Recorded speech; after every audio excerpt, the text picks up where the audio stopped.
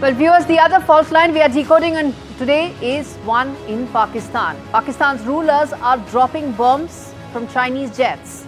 30 people are dead, many civilians crushed in terror's crossfire. And while Islamabad is busy signing these defense pacts, its own people are now drowning in disaster. What really happened? Is there a power play that is veiled in this entire issue, in this entire instance? We get you those details in this report.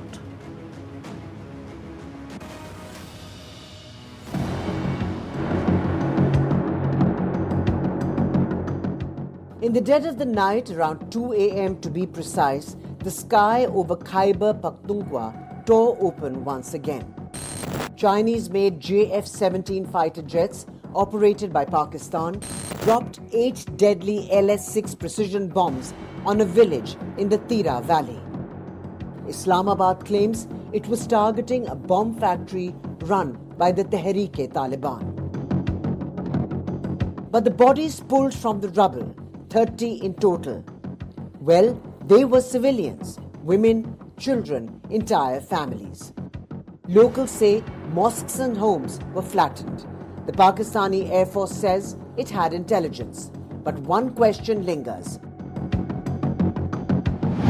For over a decade, China has embedded itself in Pakistan economically, militarily, even geographically. The China-Pakistan Economic Corridor, or CPEC, now cuts through Khyber, Pakhtunkhwa, the very area bombed this week. But when Chinese workers are attacked, like in Shangla last year or Dasu in 2021, the state doesn't hesitate. Armored convoys, helicopters, you name it. And that's called immediate military response. But when Pakistanis drown, it's an entirely different playbook, and the silence is deafening. Flash floods have displaced over 2 million, destroyed crops, and claimed thousands of lives. When Islamabad signs billion-dollar defense pacts in Riyadh, back home, the state lets its own citizens drown, burn, and bleed. Real estate mafias, backed by military elites, built on floodplains. Forests are burned to fund timber cartels. And the national priority? Still bombs, not rain. Bureau Report, NDTV World.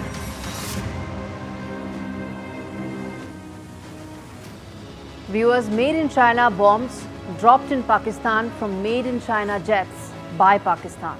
More than 24 innocents, including women and children, just dead in silence. And still no rescue, no accountability. You see, Pakistan's real battleground is not KPK, not Khyber Pakhtunkhwa. It is sovereignty itself. And the biggest casualties, well, are the innocent Pakistani civilians.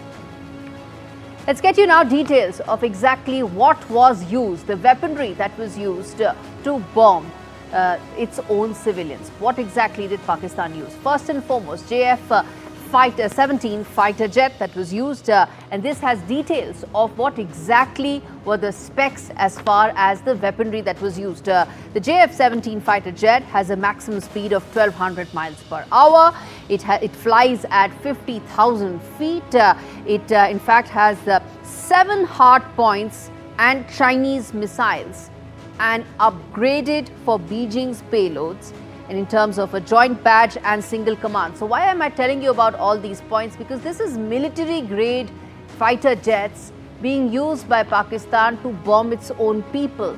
That is why these details are important. Look at the kind of weaponry that was used to bomb people, which included women and children. Now let's get you details of the glide bomb that was actually used, the LS-6 glide bomb, and the kind of precision it actually comes out with. That it's laser guided, 15 meter is the accuracy. Again, the kind of ammunition that you reserve for foreign adversaries, for adversaries of the state, not for your own people. Next, in terms of, it turns dumb bombs into smart. It glides 60 kilometers to strike, and some of the other details include folds wings mid-air for range, and lastly, it guides by China's Piru GPS. Of course, all of it is Chinese weaponry. That is why it is important for you to know this was Chinese weaponry used by Pakistan to bomb its own people, and the kind that was used tells you that military grade equipment was used for its own people. Let's in fact now get you details and more perspective as far as why this is important with General Raj Shukla, who's joining me on the broadcast on Faultlines to talk more about why this particular instance is probably the biggest fault line in terms of Pakistan. General Shukla, thanks much for speaking to me. What do you make of Pakistan bombing its own citizens?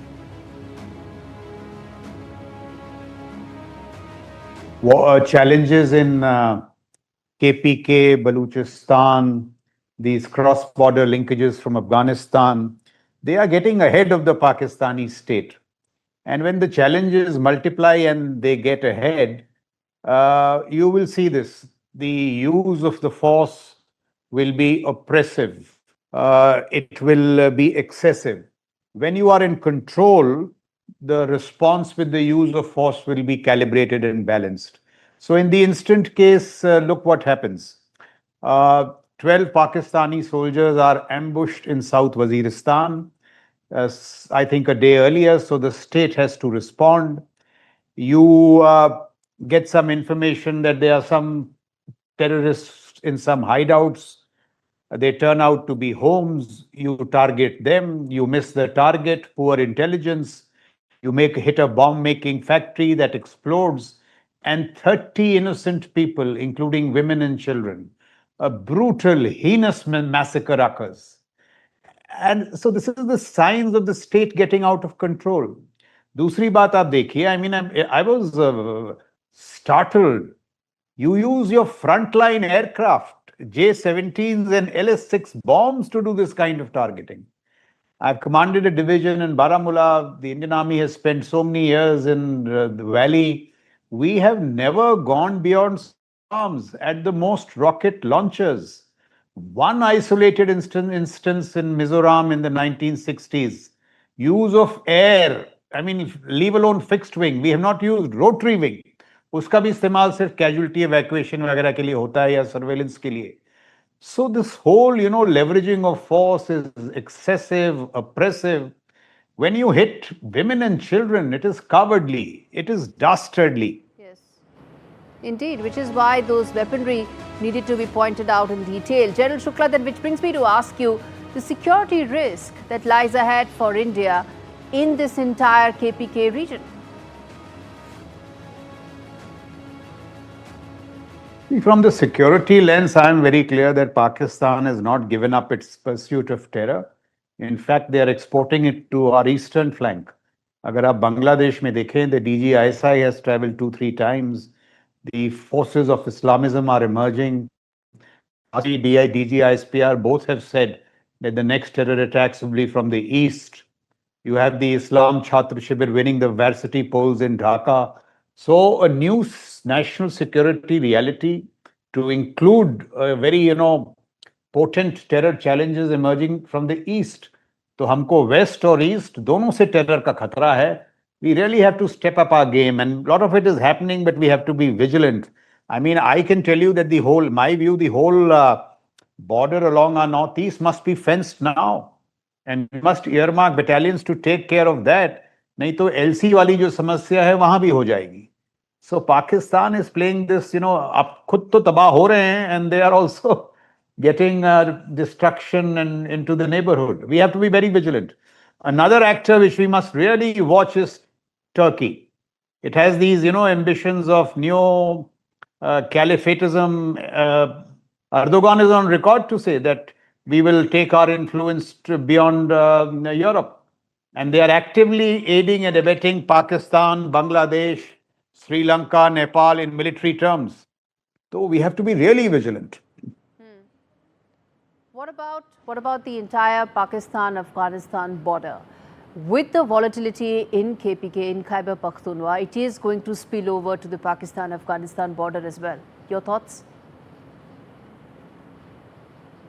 See, for the moment, because of the adversariality between the Taliban government and Pakistan, they will keep each other in check. So I think that's in our interest. But were in the future they come together for some reason, then terror will emerge as even a greater challenge. So, in my view, you cannot in the next 3 4 years rule out a 9/11 in India. We have to be continuously vigilant. But so far, as I observe the way things are moving, and the Afghan Taliban, they are in conflict with Pakistan Taliban, the Pakistani Taliban. Pakistan has this whole problem of the Pakistani Taliban taking refuge in Afghanistan. So that whole bit is keeping terror in check or keeping Pakistan confined to its western borders. But this basic, business of terror being a tool in their statecraft, वो उनके जहन से नहीं गया है. So after Dur, we have to be even more prepared in terms of our responses to acts of terror. So, I mean, that is my take on it. All right. General Shukla, we leave it there. Thanks much for speaking to me on Faultlines.